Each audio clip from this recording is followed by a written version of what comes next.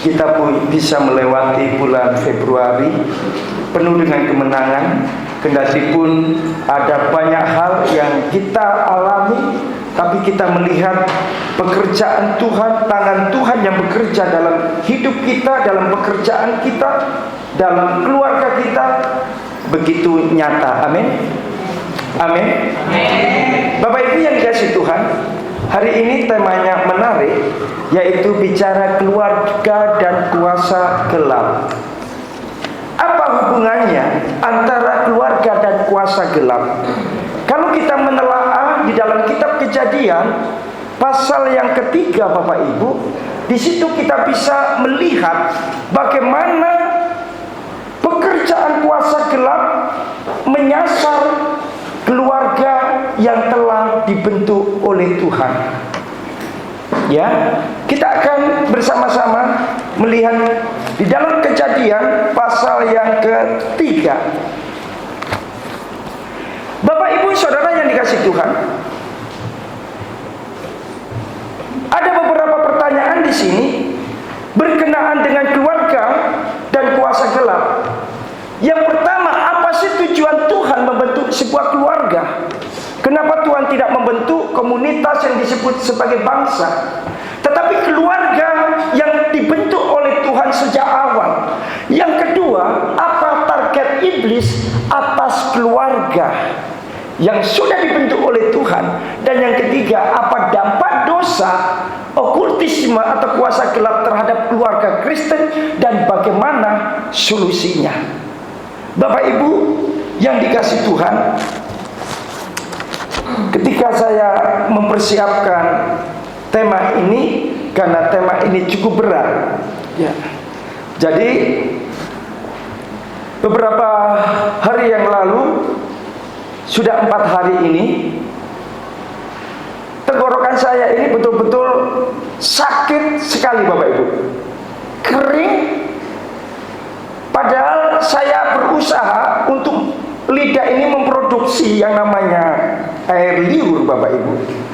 Tujuannya untuk membasahi kerongkongan ini, tapi tidak bisa mengatasi. Saya coba berkali-kali minum air pun tidak bisa. Ini rasanya sakit sekali, seperti tercekik dan kering sekali, Bapak Ibu.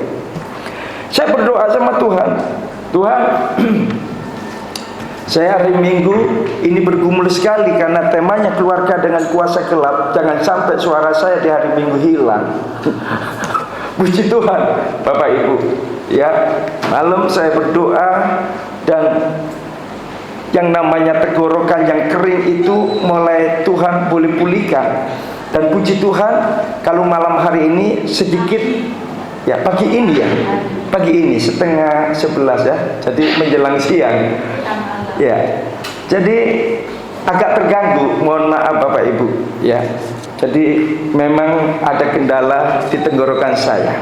Tapi saya percaya, ya ini kalau pekerjaan daripada kuasa gelap untuk saya tidak berbicara, Tuhan menaruh anugerahnya buat saya dan menolong saya untuk memampukannya. Bapak Ibu yang dikasihi Tuhan, kalau kita melihat di dalam Kejadian pasal yang ketiga, kita lihat di sini, Bapak Ibu, secara ringkas peristiwa dalam Kejadian pasal yang ketiga ayat 1 sampai seterusnya. Bagaimana cara iblis menipu keluarga yang pertama yang dibentuk oleh Tuhan? Keluarganya siapa, Bapak Ibu? Adam. Istrinya namanya Hawa. Pengantin baru ya, kan belum punya anak di sini. Nah, Bapak Ibu yang dikasihi Tuhan, kalau kita membaca di pasal yang kedua, Tuhan membentuk yang namanya keluarga. Lembaga satu ini diinginkan Tuhan untuk hadir dalam dunia. Kenapa demikian? Ternyata ada maksud Tuhan, supaya karakter Tuhan itu ada di dalam keluarga, supaya sifat-sifat Tuhan itu ada dalam keluarga, dan itu harus diajarkan kepada istri, kepada anak-anak. Nah, saudara-saudara yang dikasihi Tuhan, dari inilah tujuan Tuhan yang mulia ini. Iblis tahu bahwa tujuan mulia ini untuk iblis tidak suka. Kenapa demikian? Iblis punya agenda tersendiri. Keluarga kalau bisa melahirkan keturunan yang ilahi, maka di situ kehadiran Tuhan ada dalam keluarga, berkat itu sampai dalam keluarga. Maka di sini menjadi masalah bagi iblis untuk tujuan Allah membentuk keluarga itu. Bapak Ibu yang dikasihi Tuhan, kalau kita membaca di dalam Kejadian pasal 2 ayat 16 sampai 17, di situ Tuhan memberikan sebuah perintah kepada Adam. Saya bertanya kepada Bapak Ibu, Hawa sudah ada belum? Dan semua pohon yang ada di dalam taman ini boleh kamu makan dengan bebas. Perhatikan kalimat Tuhan di sini. Semua pohon dalam taman ini boleh kau makan dengan bebas. Cuma satu saja. Satu, aku minta satu, Dam. Minta satu. Jangan kau otek-otek. Jangan kau makan. Kalau kau makan pasti mati. Pak, Bu, Hawa pada saat itu belum ada ketika perintah itu diberikan kepada Adam. Saya nggak ngerti karena Alkitab tidak memberitahu kepada kita. Caranya antara Tuhan memberikan perintah itu kepada Adam, lalu muncullah si Hawa itu, kita nggak tahu caranya berapa lama. Betul ya Bapak Ibu ya? Jadi yang menerima perintah itu adalah Adam secara langsung. Hawa belum ada. Dan iblis tahu Bapak Ibu, perintah itu ketika ditaati mendatangkan berkat yang luar biasa. Tetapi kalau tidak, maka perintah itu akan menjadi kutuk bagi keluarga itu. Dan di sini awal daripada kutuk dan berkat. Bapak Ibu saudara-saudara yang dikasihi Tuhan, kita semua mengharapkan diberkati Tuhan kan? Amin. Kita lihat berikutnya. Ketika perintah itu Tuhan sampaikan secara langsung kepada Adam, iblis lihat bagaimana berkat itu bisa sampai kepada Adam. Dan iblis tidak suka berkat itu sampai kepada Adam, karena Tuhan punya agenda secara khusus kepada keluarga yang dibentuk oleh Tuhan. Karena Tuhan rindu berkat itu dinikmati oleh keluarga yang dibentuk oleh Tuhan. Tapi perhatikan baik-baik Bapak Ibu, di pasal yang ketiga, tentunya ini jaraknya cukup panjang. Ketika yang namanya Hawa itu hadir mendampingi siapa? Adam. Iblis nggak mau mencobai yang namanya Adam. Ketika terima perintah itu langsung mencobai. Kenapa demikian? Pasti nggak mau. Masih kuat diingatan tentang perintah itu. Karena Adam yang langsung dapat perintah itu, memorinya kuat, menyimpan perintah Allah itu. Iblis pintar. Nanti dulu, nunggu kesempatan yang ada. Makanya iblis itu Bapak Ibu cerdik. Nah, kalau kita memperhatikan, iblis tahu kalau aku mencobai Adam, dan mungkin dia bisa jatuh. Kenapa demikian? Karena dia mendapatkan komunikasi secara langsung dengan Tuhan, bertatap muka dengan Tuhan. Maka yang harus aku jatuhkan adalah siapa? Hawa. Karena pada saat perintah itu disampaikan, Hawa belum ada mendampingi Adam. Ini komunikasi yang kedua Bapak Ibu. Saya pernah menguji komunikasi. Ada 10 orang. Jadi ketika saya seminar, ternyata ketika saya bisiki Bapak Ibu, dari nomor 1, 2, 3 itu sudah berbeda-beda. Sampai hasilnya terakhir itu nyimpang jauh dari apa yang saya bisiki kepada orang pertama. Pinternya iblis. Iblis gak mau goda Adam, tapi iblis mau goda Hawa. Karena Hawa gak secara langsung dapat komunikasi itu kepada Tuhan, dari Tuhan. Nah, yang uniknya di sini, ketika iblis menggoda Hawa,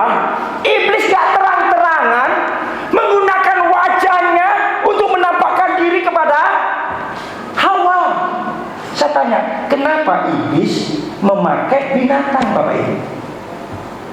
Kenapa? Kenapa pakai binatang? Siapa binatang itu? Ular. Kenapa pakai ular? Kenapa nggak pakai monyet? Karena monyet sudah ada itu. Gajah sudah ada, harimau sudah ada, beruang sudah ada, kucing sudah ada, anjing sudah ada. Kenapa ular yang dipakai? Pernah nggak Bapak Ibu bertanya-tanya ini ketika baca ayat ini? Bagi yang membaca, ketika merenungkan ayat ini, iya ya, kenapa Tuhan kok pakai ular? Kenapa nggak binatang yang lain Tuhan pakai? Lalu kenapa iblis nggak secara langsung tiba-tiba langsung cobain yang namanya Hawa itu dengan wajahnya, dengan bentuk tubuhnya secara langsung, tapi dia pakai binatang? Pak Bu, kalau iblis ketika menjumpai Hawa dan mencobai Hawa, lalu dia langsung menampilkan wajahnya, bentuknya, saya percaya di situ Hawa mengenali dia, mengenali. Makanya iblis gak mau menunjukkan dirinya. Banyak orang Kristen jatuh. Tahu nggak siapa yang mempengaruhi? Saudara tahu nggak? Istri, Bapak. Saudara tahu bentuknya iblis kayak apa mempengaruhi hidup saudara? Ada yang tahu? Enggak kan, Bapak Ibu? Itu strategi dari dulu sampai sekarang dipakai oleh iblis. Pinter marketingnya, Bapak Ibu. Dia pakai orang lain yang seolah-olah enggak dapat dicurigai oleh Hawa. Kenapa demikian? Karena ular itu tiap hari juga bertemu dengan si Hawa, Adam. Itu biasa, Bapak Ibu. Binatang-binatang sebelum manusia jatuh dalam dosa, binatang dielus, tidak masalah. Kenapa demikian? Mereka hidup damai di Taman Eden itu. Jadi keluarga Adam, Hawa itu hidup damai di Taman Eden. Semua berkat dinikmati oleh mereka. Tapi iblis tidak mau berkat itu sampai pada keluarga mereka. Iblis mau kutub itu yang ditaburkan atas keluarga itu. Bapak, Ibu, saudara-saudara yang dikasih Tuhan, di sini iblis tidak mau menunjukkan diri secara langsung kepada Hawa ketika mencobai Hawa. Iblis pakai binatang supaya tidak dicurigai, supaya kelihatan semuanya alami, normal-normal aja, biasa-biasa aja, wajar-wajar aja. Makanya kalau orang biasa berbohong selalu berkata seperti, nggak apa-apa, kan bohong demi kebaikan. Pak Bu, ini sifat iblis, Pak Bu. Ya, ini sifat, bukan sifat Allah. Tidak mungkin Tuhan mengajarkan seperti itu. Kalau dosa ya dosa, kalau bohong ya bohong, itu dosa. Dan Bapak Ibu yang dikasih Tuhan, mengapa iblis memakai ular? Karena itu ular sudah biasa hidup berdampingan dengan Adam dan Hawa pada saat itu, sehingga supaya tidak dicurigai oleh Hawa, maka iblis menggunakan ular. Alkitab mengatakan di dalam Kejadian pasal yang ketiga, perhatikan baik-baik. Ayat yang pertama, di situ dikatakan apa, Bapak Ibu? Adapun ular ialah yang paling cerdik dari segala binatang di darat yang dijadikan oleh Tuhan Allah. Perhatikan, binatang yang paling pintar adalah ular. Timbul pertanyaan, Pak, bentuk pinternya ular itu kayak apa sih? Pak Bu yang dikasih Tuhan, siapa yang pernah bertemu atau berjumpa dengan ular? Angkat tangan. Enggak ya? Oh Pak Oget, iya saya. Siapa yang pernah pegang ular? Angkat tangan. Ada ya, biasanya di mana itu? Kebun binatang itu kan ada foto-foto kan gitu kan Bapak Ibu ya. Iya. Ya, jadi di mana itu juga kan ada itu. Ya, di Batu itu kan ada juga. Nah, Bapak Ibu, jadi ular itu binatang yang paling cerdik. Dan kecerdikan ular, perhatikan baik-baik. Ular itu kalau cara mendekati mangsanya, dia itu halus sekali, persuasif. Nggak kelihatan sekali Bapak Ibu, diam aja, kayak tongkat mati, betul ya? Dia halus, persuasif, nggak agresif. Beda dengan singa. Perhatikan singa. Singa kalau lihat yang namanya mangsa, langsung dia kejar, habis diburu, larinya seberapa cepat, dia tambah kecepatannya untuk bisa tangkap mangsanya. Itu ular, agresif. Apa namanya itu? Itu singa. Tapi ular nggak seperti itu. Diam aja Bapak Ibu. Diam aja, persuasif, seolah-olah dia itu istilahnya orang Jawa lulut, bukan buas. Nah, bukan hanya itu, kalau Bapak Ibu mempelajari ular itu bisa memangsa musuhnya 5 kali lebih besar daripada diameter badannya. Ular segini Bapak Ibu itu bisa memangsa manusia. Pernah lihat Bapak Ibu? Gedenya cuma segini, tapi bisa memangsa ukuran 5 kali lipat besarnya yang dimangsa itu. Jadi ular itu sangat cerdik, nggak kelihatan Bapak Ibu kalau mau memangsa musuhnya. Sasarannya dia kelihatan seperti tongkat yang mati, tapi setelah itu nggak lama kemudian dia hajar mangsanya sampai ditelan. Saudara-saudara yang dikasih Tuhan, nah iblis mencobai Hawa dengan cara meragukan firman Tuhan. Ya, jadi iblis meragukan firman Tuhan, sama seperti cara kerja iblis. Apa namanya itu? Ular. Ular di sini bekerja, strateginya itu jelas sekali, persuasif, halus, nggak bisa dicurigai Bapak Ibu. Iblis seperti itu. Makanya salah kalau orang menggambarkan iblis itu wajahnya jelek, seperti pocong, terus gigi ada taringnya panjang, lidahnya menjulur ke bawah, matanya cuma satu, ya macam-macam kan seperti itu. Sekarang saya tanya Bapak Ibu, kalau setan mukanya kayak gitu, bikin orang lari atau mendekat Bapak Ibu? Lari kan? Sekarang saya tanya lagi, untungnya apa setan membuat manusia lari daripadanya? Coba secara logika aja. Setan ketika menggoda manusia tujuannya supaya manusia itu dekat dengannya dan jauh dari Allah. Makanya salah selama ini yang kita pahami, setan itu wajahnya seram, nggak seperti itu Bapak Ibu. Setan berusaha menarik orang dengan daya tarik yang memikat supaya orang semakin dekat sama dia. Makanya nggak ada gunanya buat setan, buat iblis untuk membuat wajahnya jelek sekali sehingga orang jauh darinya, takut dan lain sebagainya. Nggak ada untungnya buat setan. Jadi Bapak Ibu yang dikasih Tuhan, cara kerja setan adalah dengan cara meragukan firman Tuhan.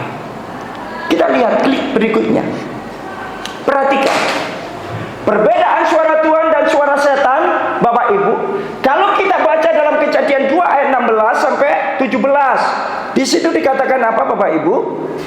Lalu Tuhan Allah memberi perintah ini kepada manusia atau Adam. Semua pohon dalam taman ini boleh kau makan buahnya dengan bebas. Semua pohon buahnya boleh dengan bebas. Tuhan cuma minta buah apa itu? Bukan buah kuldia, tapi buah apa? pengetahuan yang baik dan yang jahat. Itu Tuhan taruh di tengah taman ini. Dan Tuhan minta, ini jangan diotek, ini jangan dimakan buah. Kalau kau makan, kau mati. Perhatikan, ketika di pasal yang ketiga, iblis pakai nama Tuhan. Perhatikan ya. Tadi awalnya tahap pertama, iblis menggoda Hawa dengan cara apa? Memakai binatang supaya dia nggak dicurigai. Ketika mencobai Hawa. Yang kedua, dia pakai namanya siapa Bapak Ibu? Perhatikan. Ular itu berkata kepada perempuan itu, tentulah Allah berfirman. Tuhan itu ngomong gini loh, wah Hawa. Apa itu? Semua pohon dalam taman ini jangan kamu makan. Beda nggak Bapak Ibu maknanya? Tuhan katakan apa tadi? Semuanya boleh, satu nggak boleh. Tapi iblis pakai namanya Tuhan. Kalau sudah pakai namanya Tuhan, mudah ndak orang percaya Bapak Ibu? Paham di sini? Ada ketua asrama Bapak Ibu di kampus, ngurusi mahasiswa yang dua itu Bapak Ibu. Saking jengkelnya Bapak Ibu, dia pakai nama saya untuk membuat mahasiswa itu bisa diam. Karena saat itu saya nangani kemahasiswaan. Dan saya padahal nggak pernah memberikan mandat kepada ketua asrama ini tentang hal itu. Tapi dia pakai nama saya. Saya tanya, tujuannya apa dia pakai nama saya? Supaya nurut dan taat. Tahu maksudnya di sini iblis? Iblis pakai nama Tuhan supaya Hawa percaya bahwa berita itu benar-benar datang dari Tuhan. Iblis katakan, tentulah Allah berfirman. Tuhan ngomongnya gini loh, wah Hawa. Apa itu? Semua pohon dalam taman ini jangan kamu makan. Beda kan Bapak Ibu?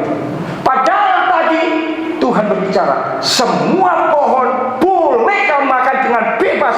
Cuma satu yang nggak boleh.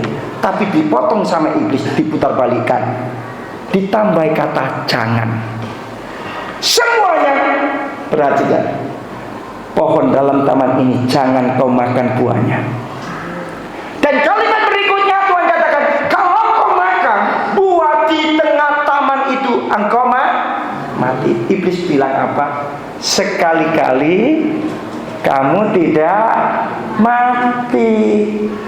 Pak Bu, kalau sudah yang ngomong itu adalah atas nama Tuhan, orang bisa percaya. Betul ya? Apalagi Hawa tidak menerima pesan langsung dari Tuhan. Tuhan berbicara bukan kepada Hawa, tapi kepada siapa? Adam. Tapi Adam di sini mengajarkan tuh Bapak Ibu. Buktinya dia bisa menjelaskan tentang hal itu. Betul ya?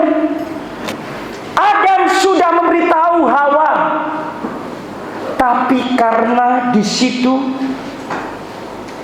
iblis berusaha memutarbalikkan kalimat Tuhan, firman Tuhan itu. Akhirnya Bapak Ibu, kita lihat ada sesuatu yang berubah di situ. Apa itu? Perhatikan di dalam ayat yang ketiga, ayat yang kedua. Lalu saut perempuan itu kepada ular itu, buah pohon-pohonan dalam taman ini boleh kami makan, tetapi tentang buah pohon yang ada di tengah-tengah taman, Allah berfirman, jangan kau makan ataupun perhatikan, Tuhan pernah enggak berfirman kepada Adam, jangan kau rabah buah itu? Ada? Enggak ada. Artinya apa? Hawa nambah-nambahi apa yang sudah difirmankan Tuhan. Ini masalah Bapak Ibu. Makanya Tuhan dengan jelas di dalam kitab Wahyu di situ dikatakan, barang siapa yang mengurangi dan menambahi firman Tuhan, maka orang itu tidak akan mendapatkan kehidupan yang kekal. Jadi ketika Hawa diputar balikkan cara berpikirnya, maka di situ dia pun akhirnya menjadi kacau menerima apa yang disampaikan oleh iblis. Dan luar biasanya di sini Bapak Ibu, Apa yang terjadi? Iblis berhasil nggak Bapak Ibu? Iblis berhasil nggak Bapak Ibu? Perhatikan. Coba, kalau Alkitab mengatakan kuduskan hari itu mutlak atau bisa ditawar? Mutlak. Kuduskan hari Sabat itu adalah perintah yang mutlak, nggak bisa enggak. Engkau menjalankan, engkau diberkati Tuhan, engkau nggak menjalankan, kutuk itu sampai kepada kita. Itu nggak bisa enggak Bapak Ibu. Berapa banyak orang melayani Tuhan tapi hidupnya nggak diberkati Tuhan. Kenapa? Karena hanya sebagian saja yang dia pegang. Beberapa minggu yang lalu, tanggal 16, teman-teman pengurus lingkungan ketika ketemu saya, Pak, jangan lupa ya tanggal 16, tanggal 15 sampai 16 kita akan retreat bersama. Mohon maaf Pak, saya nggak bisa. Loh, gak enak loh kalau nggak ada Pak Teguh. Iya, saya nggak bisa. Itu sampai hari Minggu kan? Iya. Minta maaf ya nggak bisa. Istri saya lagi kumpul-kumpul sama ibu di situ. Bu Erlin, ibu kan bendahara, ibu harus ikut ya retreat. Hari apa itu Bu? Tanggal 15 sampai 16. Minta maaf, kami nggak bisa. Lalu yang lainnya nambah lagi, Bu, ibu kan suaranya enak. Kalau nggak ada ibu nggak rame loh. Ini mulai digerak-gerakkan supaya ragu dengan perintah hari Sabat. Tapi istri saya bilang, minta maaf kalau hari ini siapapun dan apapun yang mengajak saya, kami tidak bisa. Loh, kan bisa Bu, pulangnya Minggu pagi. Nggak bisa. Ada yang lain ngomong lagi, berusaha untuk apa? Untuk menggoyang imannya. Prinsipnya digoyang. Bu Erlin, kan sore ke gereja kan bisa. Iya, gereja kami nggak ada sore, pagi. Aduh, masa ibu nggak ikut? Enggak. Langsung istri bilang, Pak, tadi ditawari ibu-ibu untuk ikut. Terus mama bilang apa? Tidak bisa. Terus orang-orang yang Kristen gimana? Nggak ada yang ikut. Puji Tuhan. Ini luar biasa Bapak Ibu. Perhatikan hukum Tuhan. Iblis kadang-kala membuat sesuatu hal yang kelihatannya wajar, tapi sebenarnya menolak kehendak Tuhan. Ya, ada orang Kristen bikin supaya bisnisnya lancar. Pergilah ke dukun. Lalu secara logis dia bilang seperti ini, Pak, Tuhan itu maha kuasa enggak? Iya, itu maha kuasa. Berarti boleh dong saya pergi ke dukun. Loh, kan Tuhan maha kuasa Pak. Maksud Anda apa? Tuhan kan bisa memakai siapa saja, termasuk memakai dukun. Pak, Bu, ini secara logis kan bisa diterima kan? Bisa. Tetapi Alkitab mengatakan tidak boleh, ya tidak boleh. Itu mutlak hukumnya Bapak Ibu. Jadi kadangkala iblis itu membuat sesuatu yang kelihatannya normal, wajar-wajar aja, tapi sebenarnya itu sudah melukai hati Tuhan. Makanya tidak jarang orang Kristen itu suka pergi ke dukun. Bersyukurlah Bapak Ibu mendengar khotbah hari ini di tempat ini. Kenapa demikian? Saya menemui dan saya pernah naik mobil Mercy itu, diantar dari Mojokerto ke Surabaya. Dan orang yang bersangkutan itu habis dari dukun. Karena dukunnya pakai apa Bapak Ibu? Pakai Alkitab. Loh, serius. Dia hafal yang namanya doa Daniel. Semua orang nggak tahu dia berhikmat, dikasih oleh Tuhan, dihafal, tahu persis, ngelontok hafal, dan digunakan untuk jampi-jampi. Pokoknya customernya itu siapa? Ditanya dulu, beragama apa ya ibu? Kristen. Nah, dia pakai itu doanya, dan lihat Anda agama apa? Islam. Pakai huruf-huruf Arab Raja itu, Bapak Ibu. Saya menyaksikan sendiri itu. Akhirnya di mobil itu Mercy, saya tegur ibu itu. Alasannya ya seperti itu, logis. Kan Tuhan bisa memakai siapa saja, Pak. Dukun kan termasuk siapa saja. Sekali datang Bapak Ibu, sekali datang itu 5 juta. Apalagi yang sekarang saya tangani itu, Bapak Ibu, itu pengusaha kaya-kaya itu. Itu kasih DP itu 40 juta, Bapak Ibu. Ngeri ya. Ternyata banyak orang Kristen di gereja berkata haleluya, tapi di luar berkata haleluya. Kadang-kala banyak orang Kristen main-main dengan kuasa gelap. Sebenarnya dia sedang terikat di situ. Perhatikan, klik. Ada sesuatu yang sifatnya wajar-wajar aja, dan kalau dinalar secara logika itu logis.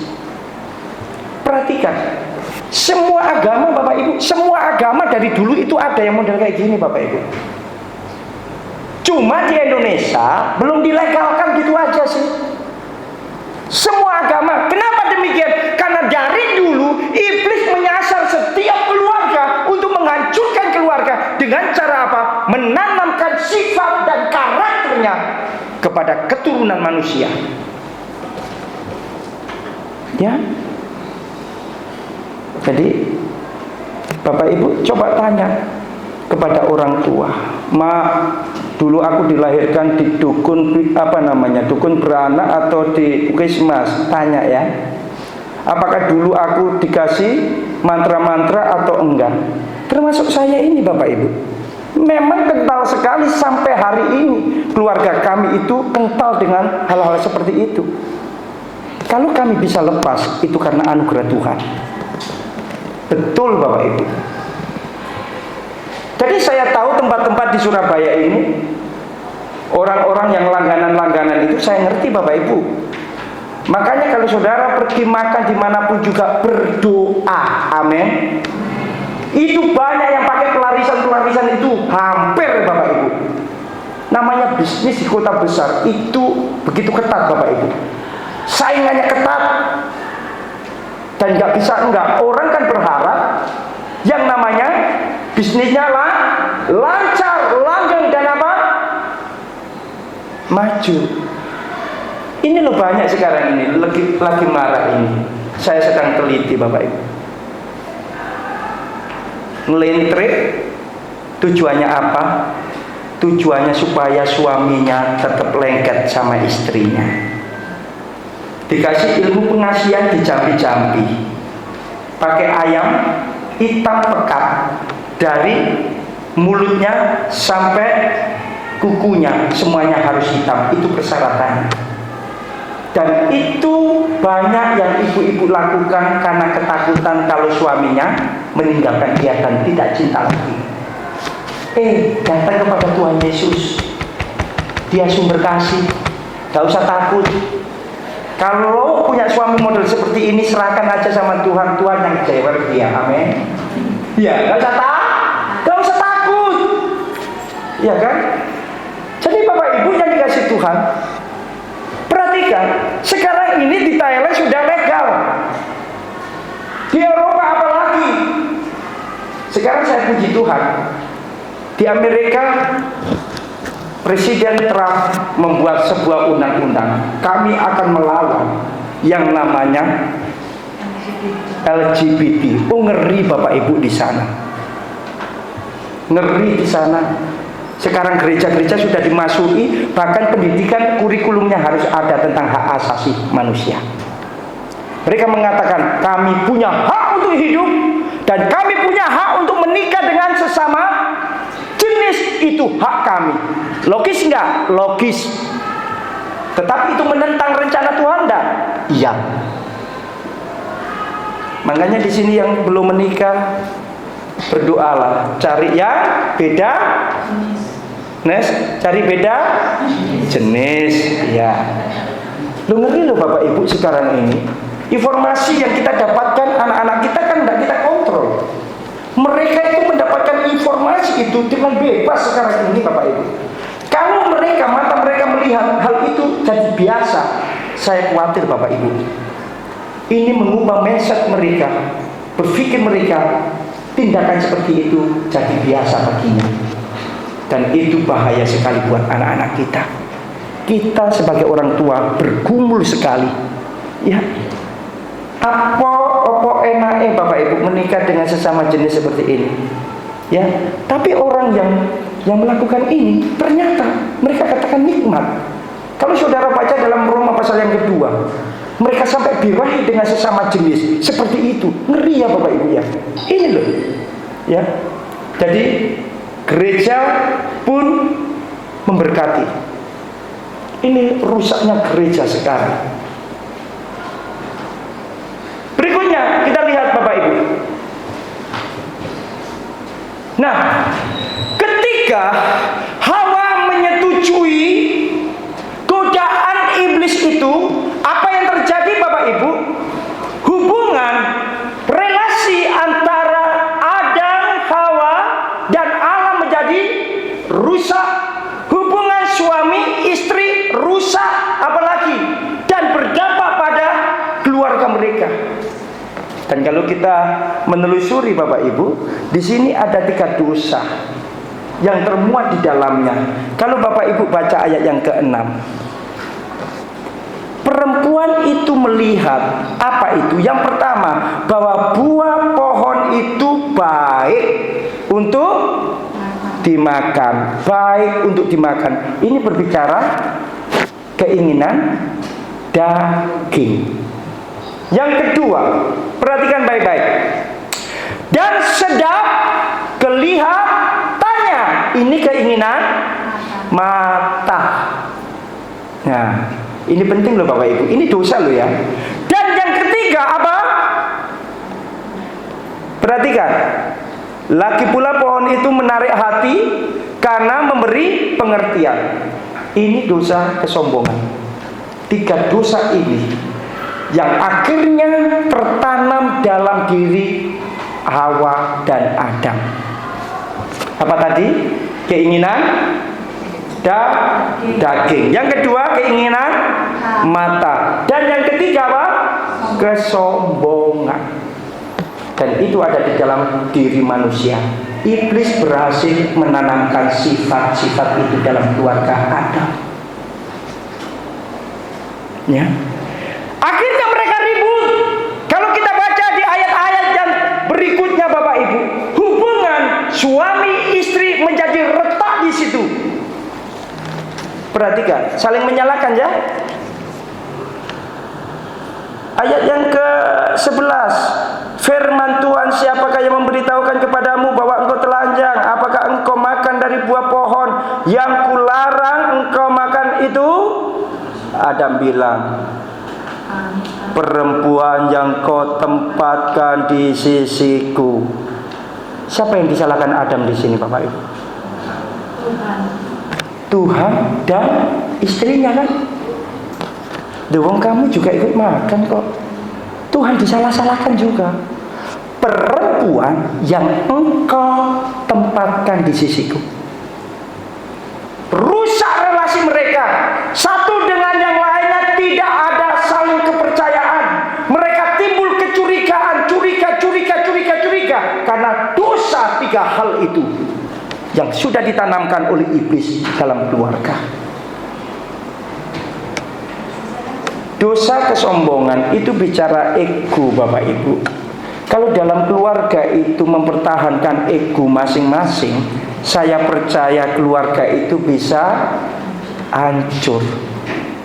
Makanya Tuhan mengajarkan kepada kita untuk rendah hati. Ya, dampaknya ada perselisihan, ada penderitaan, ada kekerasan dalam rumah tangga. Ya. Jadi bapak-bapak, janganlah ringan dengan istri karena perselisihan, tapi ringanlah dengan istri karena berkat. Bisa memahami maksud saya Bapak Ibu? Berapa banyak ibu-ibu yang kena KDRT dalam rumah tangga, mukanya bengep semua karena pukulan suami. Ringanlah dengan berkat terhadap pasangan. Amin. Demikian juga sebaliknya. Yuk kita lihat berikutnya. Mengapa keluarga Kristen yang menjadi sasaran iblis? Pertama, kalau kita memperhatikan, iblis tidak mau jika karakter ilahi diturunkan kepada generasi manusia. Perhatikan kalau Bapak Ibu baca dalam Maleakhi 2 ayat yang ke-15. Tuhan menghendaki keturunan dalam keluarga orang percaya adalah orang percaya juga. Maka di sini tanggung jawab orang tua begitu besar dalam diri orang tua untuk menanamkan sifat dan karakter ilahi. Saya tanya Bapak Ibu, kalau Bapak Ibu mendidik anak mudah atau susah Bapak Ibu? Susah ya Bapak Ibu ya. Kenapa demikian? Karena anak itu pribadi, punya keinginan tersendiri, punya kemauan sendiri, beda dengan kita. Kita pun punya keinginan sendiri, punya kemauan sendiri. Betul ya? Iya. Nah, untuk mendidik anak itu tidak mudah. Maka tugas orang tua memperkenalkan anak kepada Tuhan. Nih, iblis tidak mau hal itu terjadi dalam keluarga Kristen. Makanya sasaran yang sedang dibidik oleh iblis adalah apa? Keluarga Kristen. Bapak Ibu, saudara-saudara yang dikasihi Tuhan,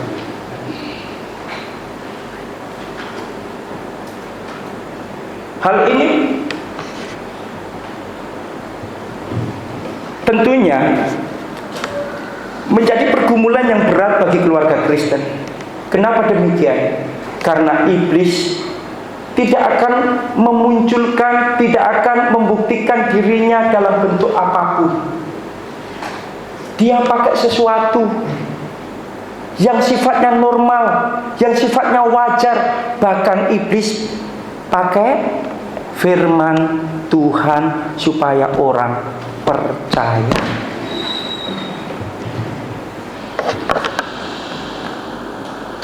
Kalau sudah bicara tentang firman Tuhan Bapak Ibu, orang kan bisa berkata amin kan?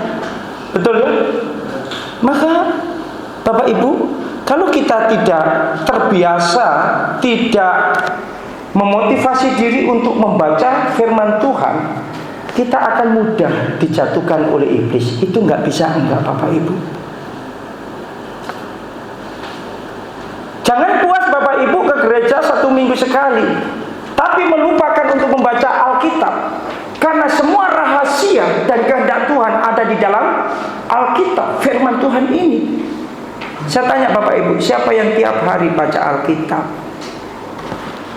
Ada? Ada. Puji Tuhan. Kenapa demikian? Karena orang yang baca Alkitab itu punya saringan. Tahu punya saringan Bapak Ibu, nggak sembarang diterima informasi. Ya, sama seperti orang kalau disuruh menjual permata Bapak Ibu. Ada orang disuruh menjual permata. Dia 1 bulan cuma dipegangi 1 permata. Kerjanya cuma 1 bulan itu lalu digaji. Namanya orang kerja cuma gitu doang Bapak Ibu. Jenuh, males kan gitu kan. Ini kerja model apa, disuruh duduk pegang yang namanya permata itu. Tapi bosnya bilang, kenapa kamu mukamu cemburut? Bos, kerja aku apa? Modelnya kok model kayak gini, cuma pegang permata ini, batu kayak gini. Apa maksud sudahlah ikuti perintahku, aku kan sih gaji kamu. Akhirnya dia melaksanakan tapi terpaksa. 1 bulan kenapa Pak Ibu? Lalu bosnya ngasih tahu, ngerti nggak maksudku? Kenapa kamu tak suruh pegang yang namanya batu permata itu? Apa maksudnya Bapak Ibu? Tahu? Supaya engkau bisa mengenali yang palsu. Ketika kau pegang, ada orang yang memberi batu-batu yang lain, mungkin ada batu yang palsu. Kamu pegang saja, kamu pasti tahu membedakan mana yang asli dan mana yang palsu. Ketika kita belajar firman Tuhan, ini suara Tuhan ada di sini, maka kita terbiasa Bapak Ibu dengan suara itu. Makanya ketika ada suara asing yang pura-pura pakai nama Tuhan, kita bisa kenali. Berapa banyak orang dibilangi ada pendeta naik turun surga percaya. Halo? Ada yang percaya? Lu kaji berdasarkan firman Tuhan. Firman Tuhan tidak ada seperti itu. Tidak ada satupun orang yang melihat Allah. Dalam Yohanes pasal pertama ayat terakhir, tidak ada satupun, hanya anak manusia yang melihat Allah. Loh, itu Bapak Ibu firman Tuhan. Makanya kalau orang nggak baca firman Tuhan, gampang ditipu. Karena setan nggak menunjukkan dirinya dengan wajah yang mengerikan. Enggak. Ini loh Bapak Ibu, namanya menipu Bapak Ibu. Ya, siapa yang pernah tertipu orang? Ayo, ketika orang itu mau menipu, strateginya gimana? Ngomongnya sangat medeni? Enggak. Duduk manis, ditata duduknya, lambene pun ditata Bapak Ibu. Atas bawah ya apa caranya yo?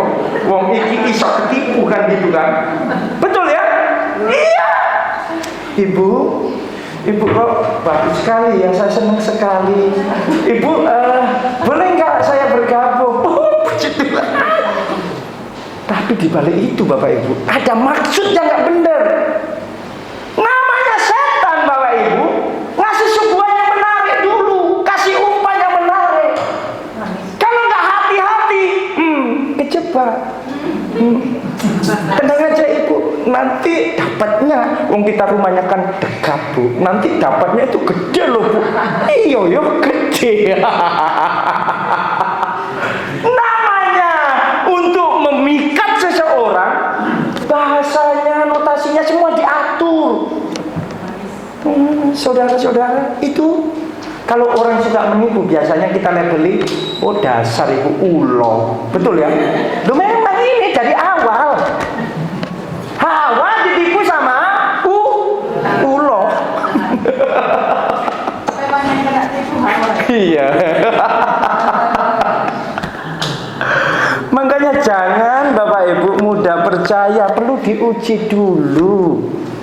Ya kan? Jadi itu menjadi sebuah pembelajaran. Tidak apa-apa, itu jadi pembelajaran supaya semakin banyak membaca Alkitab. Ya, kita kan pernah alami seperti itu kan Bapak Ibu ya?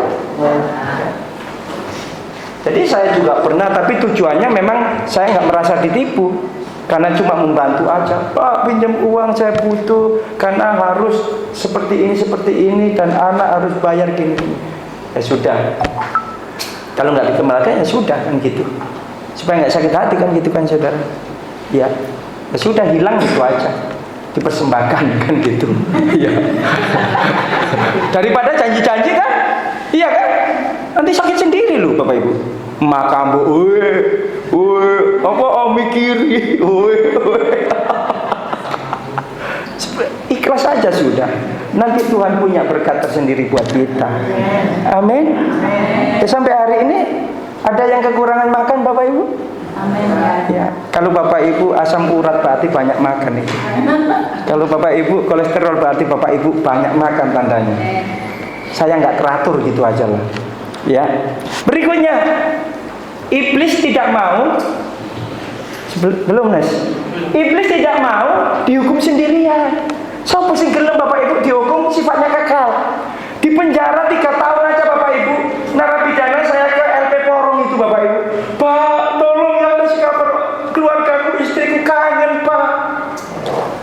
namanya satu hari di penjara itu kayak 1000 tahun Bapak Ibu. Ya, makanya jangan pernah punya harapan masuk penjara. Karena saya di sana itu banyak keluhan-keluhan kalau melayani di penjara Bapak Ibu. Ya, orang-orang di sana. Jadi iblis gak mau dihukum sendirian. Kenapa demikian? Karena kekal Bapak Ibu selama-lamanya. Makanya Alkitab menjelaskan kepada kita, dari mana kau iblis? Aku keliling-keliling ke seluruh dunia, cari mangsa yang bisa ditelan. Iblis bagaikan singa yang mengaum-ngaum, mencari mangsa yang bisa ditelan. Siapa yang bisa ditelan itu Bapak Ibu? Siapa yang bisa dimangsa oleh iblis? Yaitu tadi orang yang tidak mengenali kehendak Tuhan melalui firman-Nya. Itu pasti. Berikutnya, hati-hati target iblis biasanya mengingatkan masa lalu kita. Bapak Ibu, kalau Bapak Ibu sudah percaya kepada Tuhan Yesus, sudah lahir baru, kadang-kala ambil keputusan melayani Tuhan, iblis mengingatkan di memori kita kegagalan masa lalu. Gak usah digubris.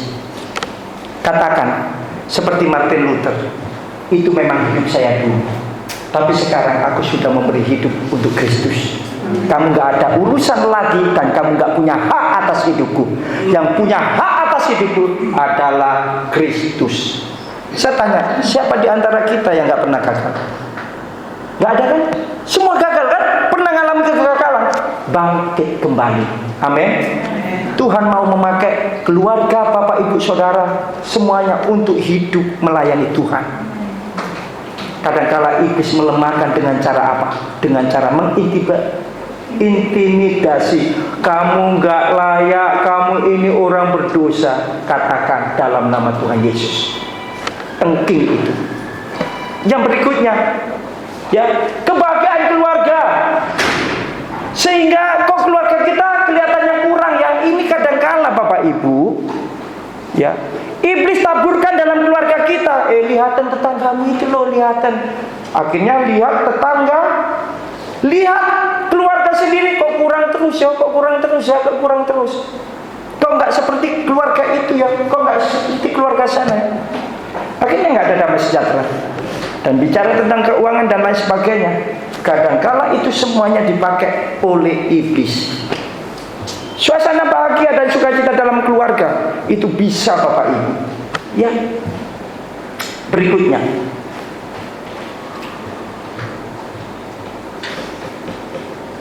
adakah solusinya? Adakah jalan keluarnya? Yes, ada. Perhatikan. Dosa, ikatan dari kuasa kegelapan dalam keluarga, yang tujuannya itu supaya sifat-sifat iblis ditaburkan di situ oleh iblis. Maka di sini Tuhan memberikan sebuah solusi yang luar biasa bagi keluarga Kristen.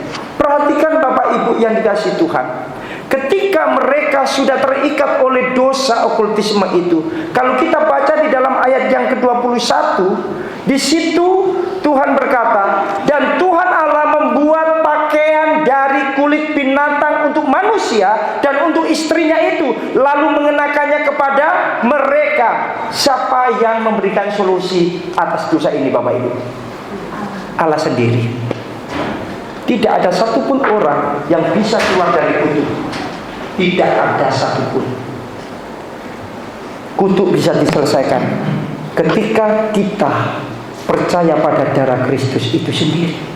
Dan di dalam ayat yang ke-15 itu jelas sekali, penebusan bagi keluarga Adam itu terjadi. Dan itu adalah tipologi yang sekarang ini kita alami, bahwa Tuhan Yesus mengerjakan itu bagi kita. Amin. Kutuk tidak bisa lepas. Adam dikutuk oleh Tuhan, Hawa dikutuk oleh Tuhan, tanah dikutuk oleh Tuhan, setan, iblis dikutuk oleh Tuhan. Hidup semuanya dalam kutuk. Tetapi perhatikan di sini Bapak Ibu, ada solusi. Kristus itu jawabannya. Orang yang dikutuk itu gini Bapak Ibu, dia jauh dari berkat Tuhan. Kutuk itu lawan daripada berkat. Jadi orang gajinya gede tapi nggak bisa menikmati itu. Di rumah hanya isinya perselisihan, isinya seperti neraka. Itulah kutuk. Tidak bisa menikmati sejahtera yang daripada Tuhan. Dan itulah kutuk Bapak Ibu. Maka saudara nggak usah malu ketika Bapak Ibu gaji sedikit. Nggak usah malu. Kenapa demikian? Kalau engkau memperoleh dengan cara yang benar, maka engkau mendapatkan damai sejahtera yang daripada Tuhan. Amin. Itu yang kita cari Bapak Ibu. Ya, kita cari. Solusi sudah Tuhan berikan. Tuhan sendiri yang potong binatang, kulitnya diambil lalu dikenakan kepada Adam dan Hawa untuk menutupi aibnya. Betul ya ayat 21 tadi. Luar biasanya Tuhan itu supaya kita menjadi orang yang tidak malu, tetapi orang yang dimuliakan oleh Tuhan. Luar biasa. Yang terakhir, kesimpulan, tidak peduli seberapa buruk hancurnya keluarga saudara, jika saudara mau kembali kepada Kristus, Tuhan sanggup memulihkan keluarga saudara. Amin. Kendati pun air mata itu yang menjadi bagian dalam kehidupan kita, kita sedang bergumul. Perhatikan di sini, Tuhan pasti pulihkan keadaan kita secara pribadi dan juga keluarga kita. Amin. Percaya hidup saudara diberkati oleh Tuhan. Percaya hidup saudara disertai oleh Tuhan. Tetap setia kepada Tuhan. Mari kita bersama-sama menaikkan satu pujian. Pujian yang saya suka Bapak Ibu, pujian lama. Itu di tengah ombak